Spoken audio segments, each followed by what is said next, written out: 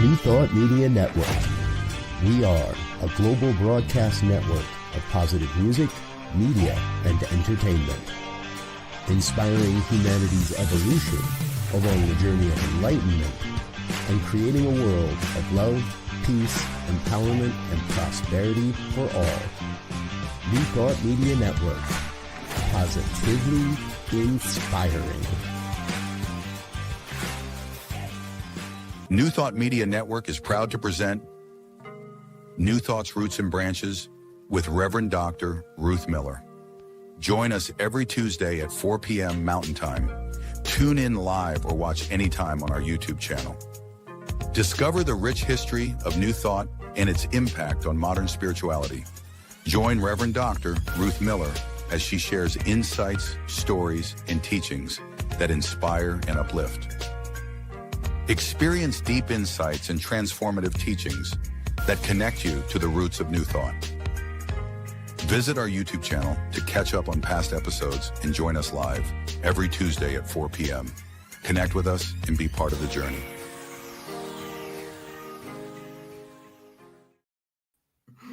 Well, hello there. I am Ruth Miller, and this is New Thoughts, Roots and Branches. And we have been looking at the history of the ideas and the teachings that are now known as New Thought. And when we started, we looked way back into history.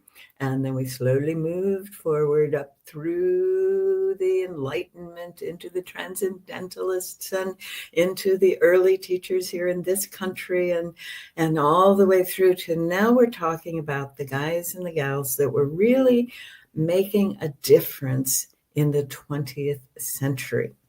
And today, many of you will probably know more about this guy than I do, but I know some details that might be fun to know. Today, we're going to be talking about Ernest Holmes. Ernest Holmes, the founder of religious science and the author of Science of Mind.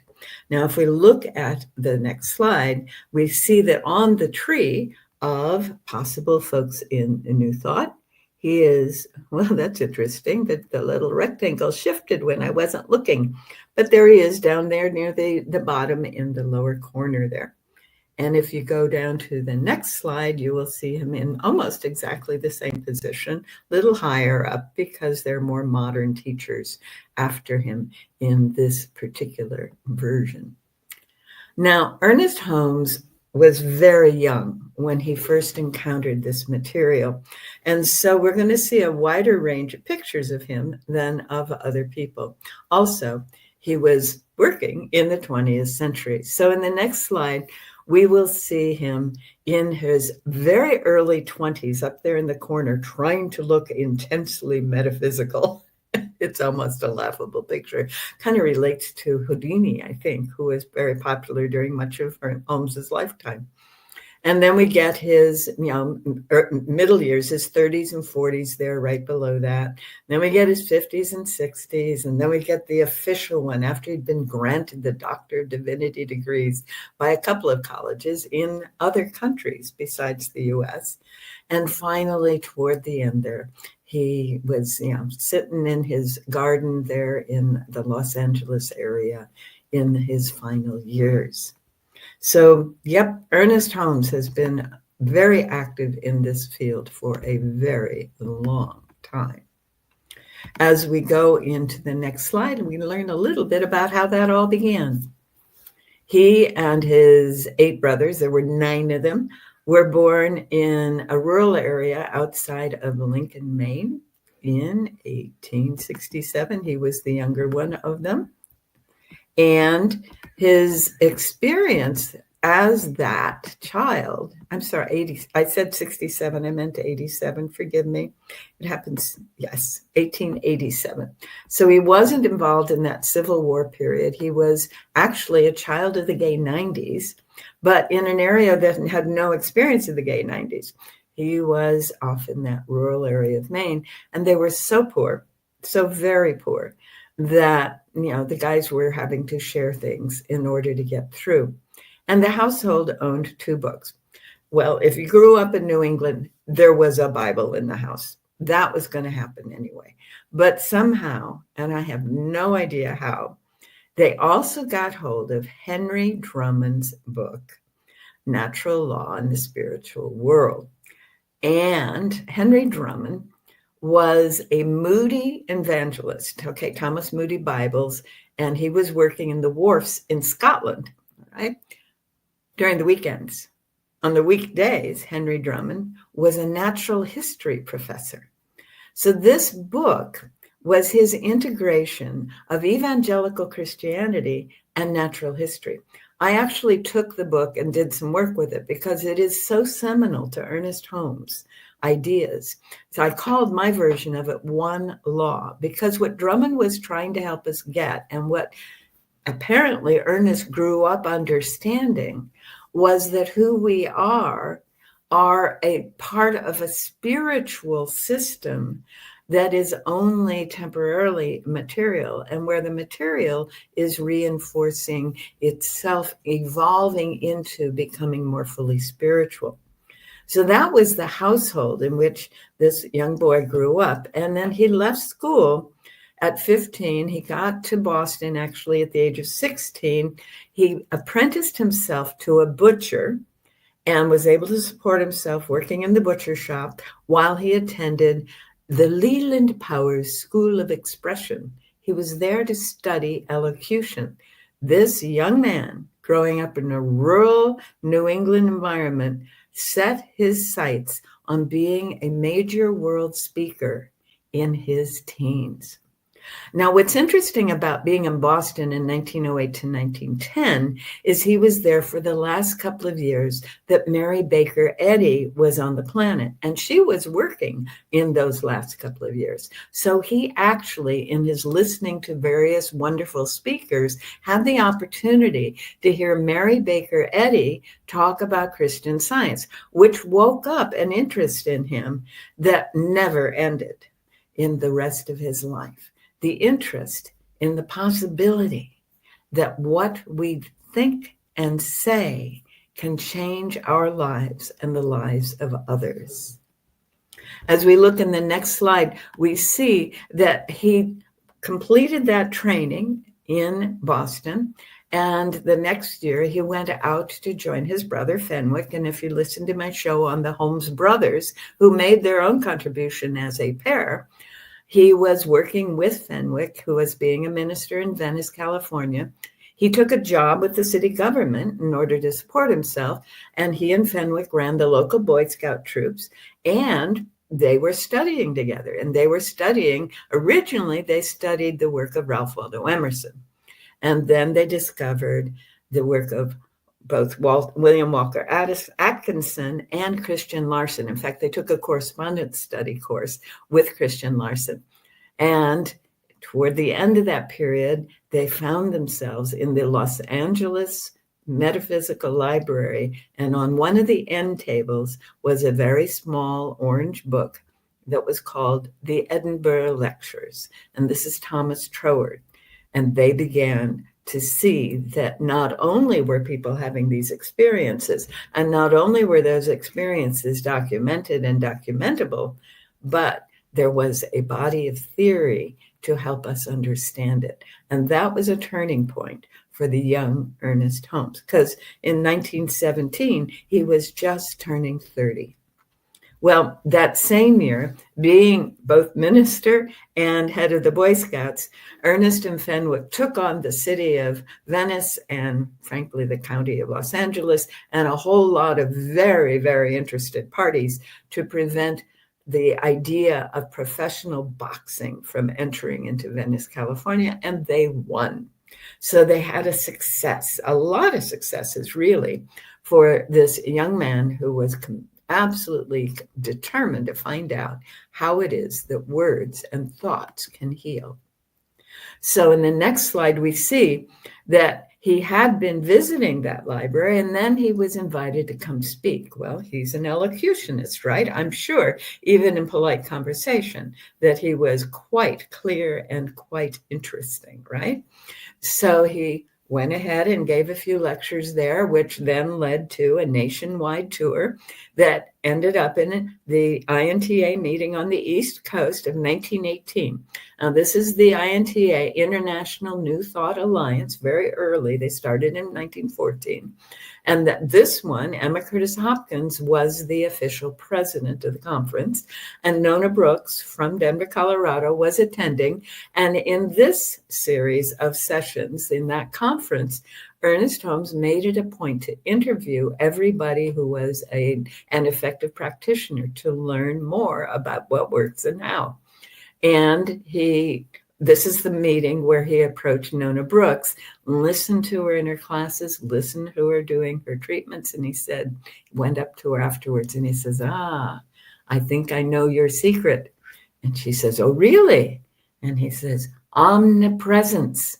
You know without a doubt that the good, the health, the well-being is omnipresent, present everywhere. And she acknowledged that. Now, omnipresence is Nona Brooks' signature. He attempted to interview Emma Curtis Hopkins. She had a rather full schedule, and she said no. However, at the end of this meeting, he was able to write his first book, The Creative Mind. And it did pretty well.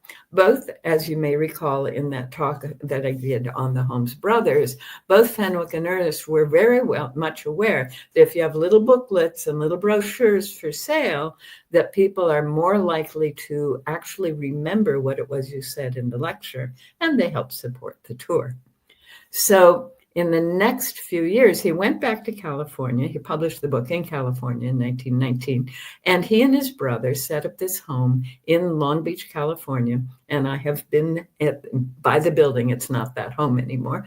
But it was a place where people who were receiving mental treatments could be cared for.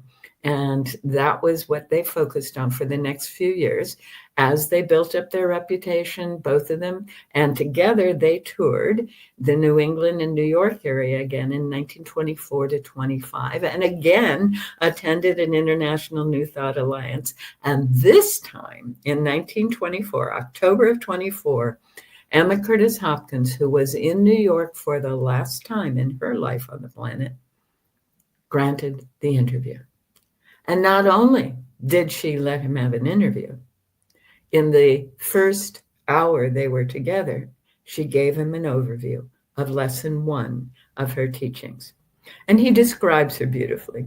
He says she was elegant and stately, wearing a marvelous gown from the last century and a hat with her snow white hair and violet eyes. You can just see all of that in the room in the Oriental Hotel where she met him. And she said, well, that's sufficient for today. Shall we meet again tomorrow? And tomorrow and tomorrow. So for the next 12 days, the better part of 2 weeks, she does take Sunday off, so effectively 2 weeks, she took him through her 12 lessons that go from zero, I think I may know something about God and Christ and all that good stuff, to powerful, world-transforming healer. That's what those 12 lessons are designed to do. We went over them when we talked about Emma. And what happened when that was done, Ernest contacted his brother and said, Fenwick, I know you were drafting a book called The Science of Mind, but I must use that title. And Fenwick, being a very good older brother, said, well, of course. And as we look in the next slide, we see that the book, The Science of Mind, came out. Its original draft was only a small book like all these others, The Science of Mind, and it came out in 1925. That time with Emma was when he crystallized all of this teaching and exploring he'd been doing all along. And out of The Creative Mind, we see that he wrote a couple of other books, The Creative Mind and Success, Discover a Richer Life, and Living Without Fear. As he went into The Science of Mind, he began a whole new way of thinking, and these are some of the ones. Now, I had read this thing called You, and then I'd found this thing called Life. Well, The Art of Life is the new title if you've been looking for this thing called Life. It isn't there anymore. It is The Art of Life. And this last one, it's up to you, the nature and experience of your life. So these are, like many people who teach, these are lectures and sermons and thoughts and articles that have been woven together into books, and they're very coherent. And frankly, if you have a friend who wants to try to understand what New Thought and Science of Mind are all about, give them this thing called You. It's probably the simplest, easiest, clearest assessment and introduction to the field that there is. While the Science of Mind, on the other hand, became the fundamental text for thousands of people. And so we see in the next slide what happened in the years following that. When the book was published, he was still on the East Coast, and he proceeded to lecture from it and sell it all over the East Coast. And in 1926, he returned back to LA, and he rented a theater, the Ambassador Hotel Theater, that seated 625 people. Now, he had built up a reputation, remember, in that period before 1924, he and Fenwick both, and he had been pretty well received as a speaker. Also be aware, in 1910, 1920, 1930, a few people had radios. Nobody had televisions, and going to listen to a lecture was a major source of entertainment. So a lot more people were attending things like this in those days. Well, in 1927, when he turned 40, he doubled the size of his audience at the Abel Theater, and he got married. He married Hazel Durkee Foster. Now, she was a socialite and had a fair amount of resources. And so they had a beautiful, beautiful home in the hills with a marvelous rose garden, which gave him great joy. And they loved to entertain. Hazel loved his work. She was his #1 supporter. And she was delighted to entertain all the wonderful people who were attracted to Ernest's teachings there in the 20s in Los Angeles. Oh, remember Hollywood in Los Angeles on the edge of? Well, there were a lot of Hollywood folks attracted to what it was that Ernest Holmes was teaching. Well, there were enough of them that he incorporated the Institute of Religious Science and School of Philosophy in that same year. It was quite a year when he turned 40. And he began to publish what became the Science of Mind magazine, which includes articles and daily inspirations. Later, that institute was changed into the Institute of Religious Science and Philosophy. So it wasn't a separate school of teaching philosophy. It was all about the research and the teaching of this idea of religious science. And then almost 20 years later, enough of his students had gone out in the world to say, we want a church. Now, this is not the first time you've heard me say this.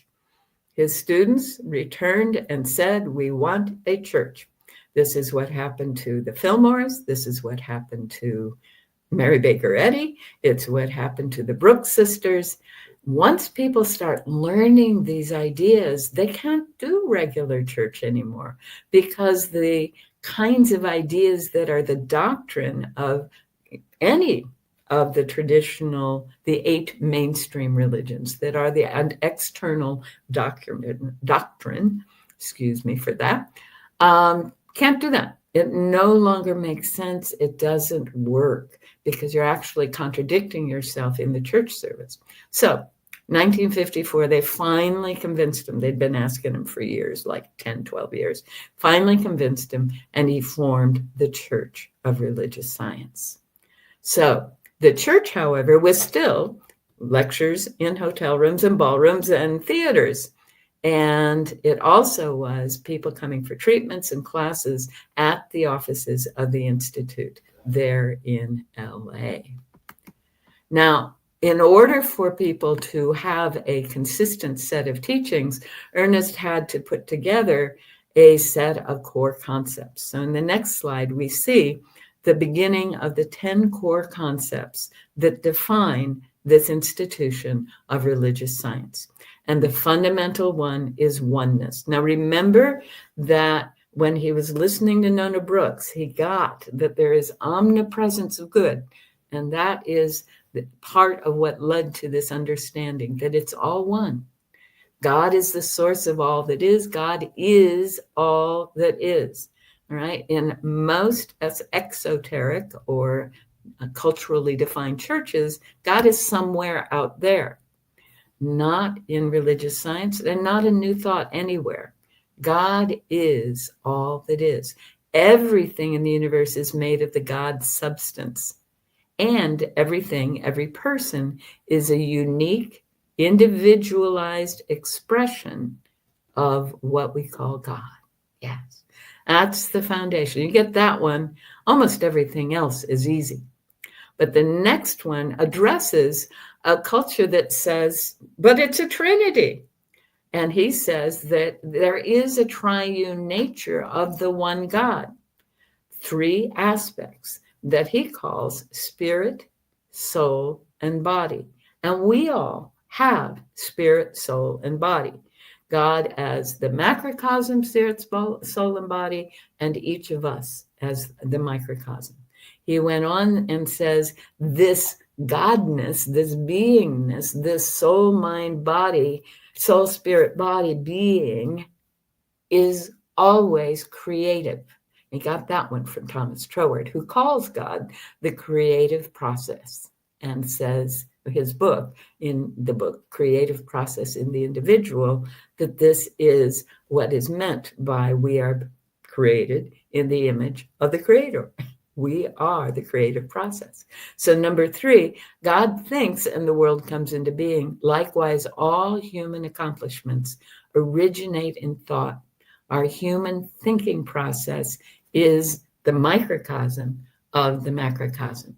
So you can see where Thomas Troward's ideas were affecting him very early on in his concepts. Thank you. In the next slide, we're looking at numbers 4 and 5. So he introduces something called prayer. All right. And what he's been calling God, here he calls all good. This is directly derived from Emma Curtis Hopkins. She defines God as the omnipresent, omnipotent, omniscient good, right? So all good is eternally available and ready to flow into human experience. And we activate this flow by means of prayer. Now, I'm going to modify that just a little tiny little bit and say we activate our awareness of the flow that is constantly happening. Omnipresence is also continual. It is never not happening. So as we enter the prayer state, we activate our awareness of this constant flow. And then he says, through affirmative prayer or spiritual mind treatment, we increase our consciousness, our awareness of good eternally flowing to us. Now, affirmative prayer is from the Fillmores. That's what they called what they did. But he introduced this term of spiritual mind treatment. It's also slightly modified from something that Hopkins had been saying. Number 5, wholeness. It's all one, right? This is going, if in modern science, we're talking about fractals here, but here, spirit is a transcendent, perfect whole that contains and embraces all seeming opposites. This is Hopkins' lesson 12, transcendent. We are transcendent beings, right? So if we go in, as human beings, we have free will and can choose what we experience, whether it be positive or negative. Now, positive or negative here is whether it is contributing to our sense of well-being or not. Okay, we may choose in the direction of distress because of a history of drama or because we don't know better, right? We have always chosen in that direction. We don't realize we could be choosing something that is beneficial and supportive of our sense of well-being. The next sentence, the same principle that brings us freedom, prosperity, and joy also allows us to experience bondage, lack, or misery according to our consciousness. And that ties right back to Emily Cady's first lesson: slavery or bondage or freedom. Bondage or freedom, which, right? In the next slide, we get to see his sixth concept, and seventh, abundance. All that anyone will ever need or desire is already provided by universal abundance. I mean, how can you look at a tree or the life in an ocean or the microorganisms in a glass of water and not realize, or the stars in the heaven and not realize that this is an abundant universe? There's always so much. Every tree produces so many seeds, not just one, millions of seeds sometimes, certainly hundreds and thousands. Wow. Because it's not just about the tree. It's about the tree in a world of abundance and many beings working together to sustain that tree and sustain themselves and the tree working with them and all of that. So we live in a universe of abundance. And he says in the next sentence of that point, this applies to everybody, not just some people. Every person is heirs to the riches of creation without regard to merit. Wow. Really? And that notion of heir to the riches, that comes from Paul, the Apostle Paul. In one of his letters, he says that we are all heirs, co-heirs with Christ to the riches of the all that is, of the heaven, if you will. All right, so the seventh point is the reciprocal universe. And it's interesting because I've been doing some treatments with folks today, and almost every one of them, it's been about the mirror that the universe is. So here we go. For every visible form, there is an invisible counterpart. This means that what we receive corresponds to what we imagine and believe we can receive. And he calls that the law of mental equivalence. This also is the golden rule that what we do to others will be done also to us, the law of cause and effect. So the idea of mental equivalence actually is from Emmett Fox. He's the one who suggests forming mental equivalence. So here again, we've got this marvelous student of all these practitioners and teachers weaving it together into a set of core concepts that has become the foundation for what are now called the Centers for Spiritual Living. So what we receive corresponds to what we imagine and believe we can receive. And that, of course, is from the quote from the New Testament, Jesus saying, "It shall be as you believe." Yes? And in the next slide, we get the next two core concepts. Number 8, forgiveness. Now, almost everyone who has ever taught anything in the New Thought tradition encourages the idea of forgiveness, and they all have slightly different versions of it. It's lesson 3 in the Emma Hopkins work, and she calls forgiveness giving forness. We're giving something up and receiving something in return. So Holmes says, in the eternal now, there can be no place for divine anger, unforgiveness, or punishment. If we perceive a need for forgiveness, this is a human condition. Human forgiveness is the process that frees us to live in the eternal now. Just be fully present here and now, because I've let go of any of that other stuff. It's irrelevant. Let's be in now. And now is an eternal moment. All time and space is happening right now. Yes? He says it's the essential step, forgiveness, is the essential step before real spiritual growth can flourish. Science of Mind teaches that the ultimate goal of life is complete emancipation from all discord of every nature. Bondage or freedom, which? When we enter into that state where we totally release and let go of whatever's happened in our life before, we can be fully free in the present moment, free to love, free to appreciate, free to enjoy what is now, because we're not hanging on to any regrets or upsets or angers from the past. Marvelous. His ninth concept, immortality. Many New Thought teachers were absolutely convinced of this, and biologically, they have every reason to do so. Let's look at what he says. The universal truth about life is that it never ends. What we call death is simply the changing of one form of life for another. The belief and perception that life must come to an end, called death, is a human concept. As in birth, the invisible becomes visible, so in dying, the visible becomes invisible. Life continues on another plane when the body has outlived its usefulness.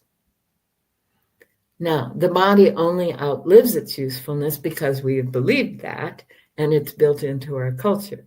So most folks who are in the New Thought movement tend to not age very rapidly. They tend to go on for longer than anticipated, doing far more than ever expected, because we know there's eternal life flowing in us, moving through us, guiding us and supporting us every minute of every day. Yes.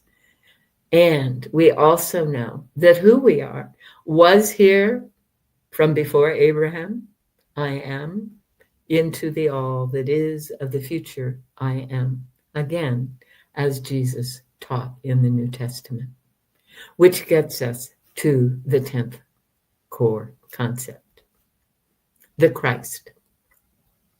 The Christ is not a person, but a principle, a universal presence, the universal image of God that is present in all creation. This is the concept of the cosmic Christ, present in every person. Now that term, cosmic Christ, came out when Pierre Teilhard de Chardin, a Catholic priest and a paleontologist, published some of his works saying that we are destined as a species to become the cosmic Christ. And what's very interesting is that is totally supported by that book that Ernest Holmes grew up with. We are, as individuals and as all beingness, destined to become that which we have called Christ on a cosmic basis. So he says each human individual partakes of the Christ nature to the degree that he or she recognizes the cosmic Christ within and lives out of that revelation. Jesus of Nazareth was a human individual who revealed the Christ nature to the highest degree ever known. And that is what Emma Hopkins teaches in lesson 1. And many, many, many other teachers and avatars have said over the many millennia that these concepts have been available to us. So those are the 10 core concepts that he presented in The Science of Mind. And then he proceeded to provide some tools and methods and approaches for dealing with those.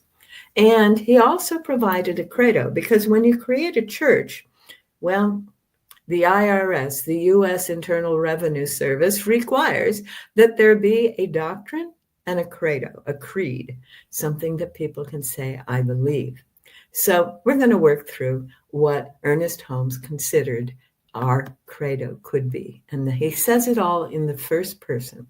So I'm going to read not every word, but I'm going to encourage you to think of this in the first person as I do read parts of it, okay? So the very, very, very first step in the beliefs that are the creed of the science of mind, religious tradition, religious science.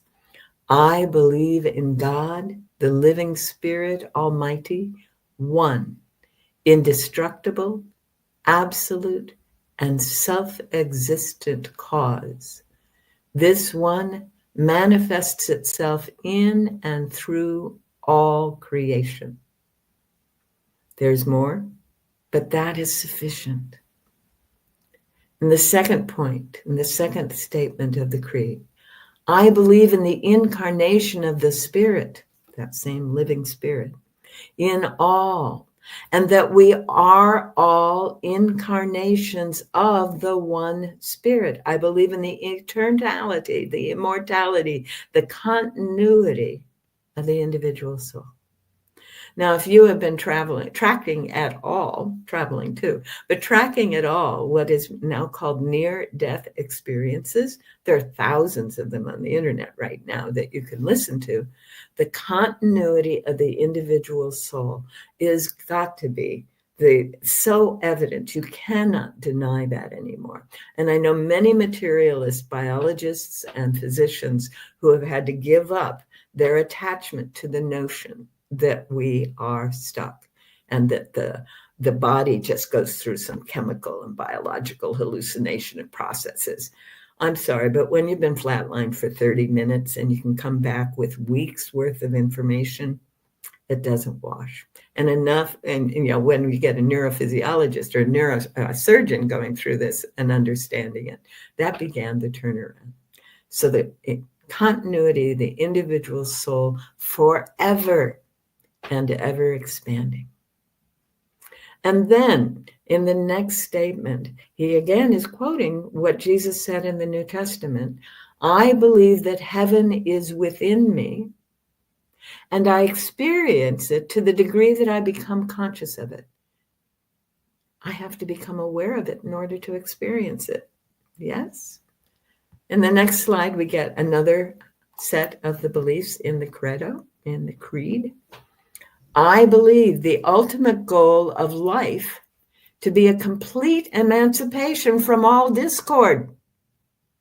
When I was growing up, my grandmother, who was not a religious scientist or a Christian scientist, she was a Methodist by training and a Hindu by experience. She used to say that our purpose in life was to become that Christ being that Jesus was. Well, isn't that the same thing? Or the Buddha saying that the first noble truth is we are born into what Americans and Englishmen have translated as suffering, but is actually literally dissatisfaction. We are intended, the path and the noble truths of the Buddhism are designed to emancipate us from all of that.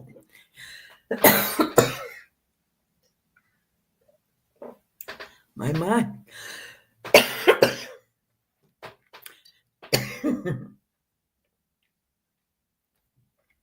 Well, if any of you have studied with me, you know that if I am coughing, there's words that aren't being said. So I need to look inside and find those.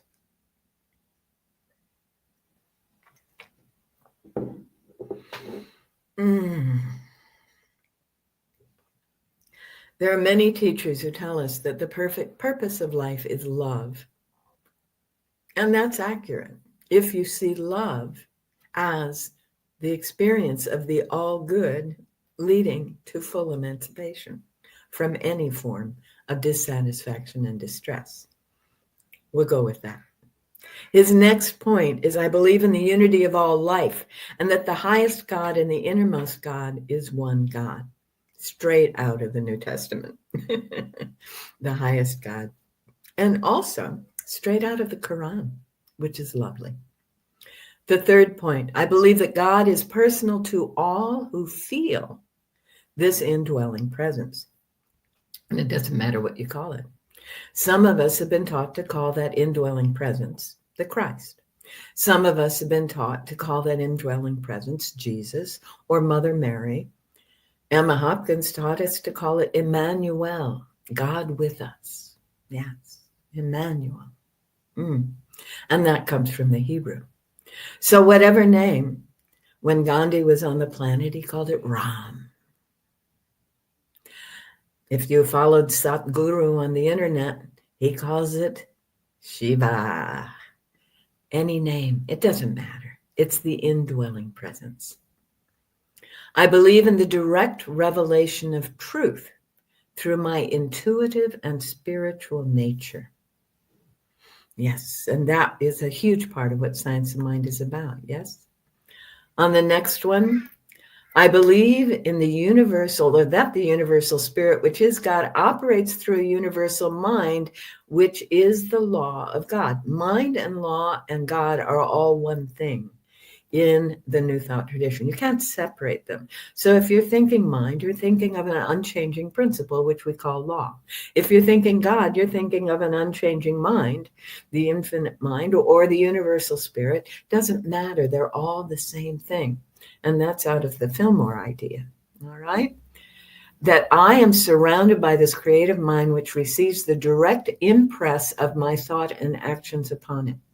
Straight out of Troward, the direct impress of my conscious thoughts and unconscious thoughts are being felt by this infinite field of mind in which we are dwelling.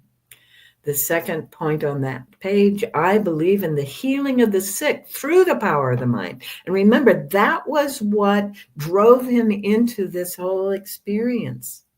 I believe in the control of conditions through the power of the mind. And this is the great mind. As I impress my thoughts on the infinite mind, I am able to heal the sick and control conditions. He says, I believe in the eternal goodness, the eternal loving kindness, and the eternal givingness of life to all. And I believe in my own soul, my own spirit, and my own destiny. For I believe, I understand that the life I live is God. In the next slide, we see what he did to get these words out. He was training practitioners. He was training ministers. He was having them come into the Institute. He was training teachers to teach them.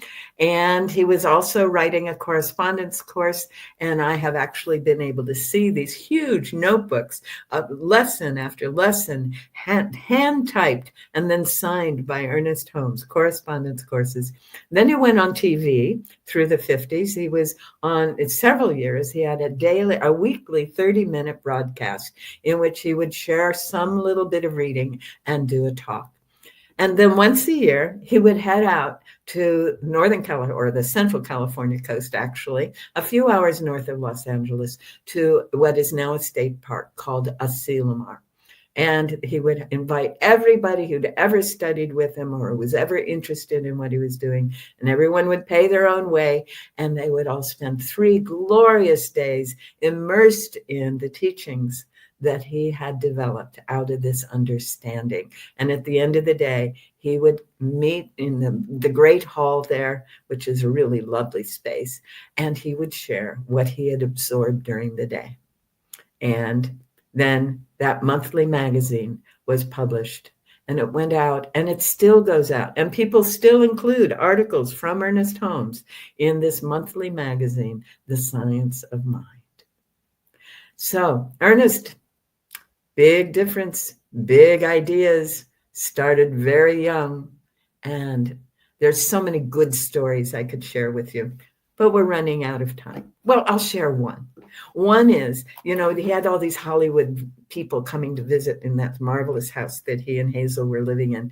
And he would take them on tours around his garden. And on one of these tours, he was showing them a rose. And it was a very old rose that had a very long, thick thorns on it. And one gashed his arm. And everyone went, "Are you okay?" And he says, "Oh, nothing." And he grabbed the handkerchief out of his pocket, wrapped around, continued with the tour. And they went back into the house and they had dinner. And while they were having dinner, someone said, "Well, how is your arm?" And he unwrapped it and it was healed. And there you have Ernest Holmes. Blessings, my dears. I'll see you next time. Bye-bye.